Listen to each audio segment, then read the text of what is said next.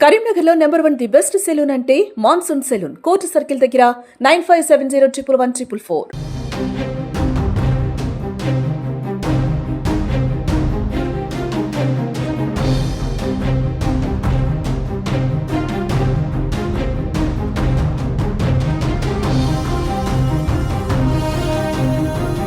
Hi hello నమస్తే, welcome to Suman TV Karimnagar. నేను లావణ్యారెడ్డి. నిన్న 10వ తారీఖు రోజు కరీంనగర్ జిల్లా కేంద్రంలో నలుగురు మైనర్ అమ్మాయిలు ఇంట్లో ఎక్కువగా ఫోన్స్ చూస్తున్నారు అని తల్లిదండ్రులు మందలించడంతో ఇంట్లో నుంచి పారిపోవడం జరిగింది. సో ఈ మధ్య కాలంలో స్మార్ట్ ఫోన్స్ అందరూ కూడా ఎక్కువగా యూజ్ చేస్తున్నారు. సో దీనివల్ల ఎంత లాభం ఉందో అంత నష్టం కూడా ఉంది. పిల్లలు ఎక్కువగా స్మార్ట్ ఫోన్స్కి అడిక్ట్ అవుతున్నారు. సో అదే విధంగా అలా చేయడం తప్పు అని పేరెంట్స్ ఏమైనా మందలిస్తే ఈ విధంగా ఇంట్లో నుంచి పారిపోతూ తల్లిదండ్రులని ఇబ్బందులకు గురి చేస్తున్నారు.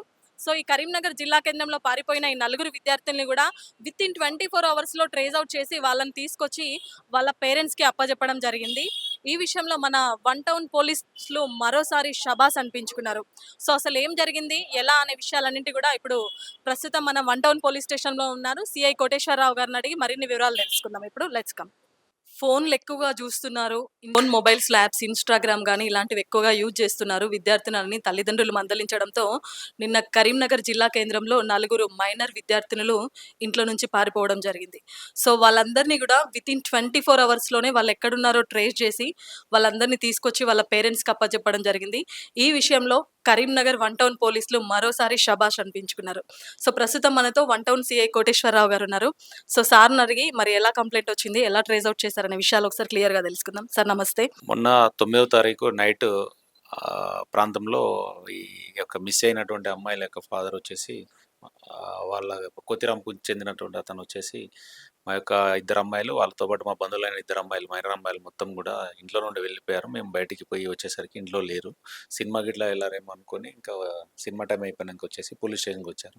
వెంటనే ఫిర్యాదు తీసుకొని కేసు నమోదు చేసి రీజన్ ఏందని వెరిఫై చేస్తే వాళ్ళు ఎక్కువ సోషల్ మీడియాకి అడిక్ట్ అయ్యారు. ప్లస్ దాంతో పాటుగా ఏదైతే ఇన్స్టా కానీ అదర్ యాప్స్ కూడా యూజ్ చేయడంతో తల్లిదండ్రులు మందలించడం జరిగింది.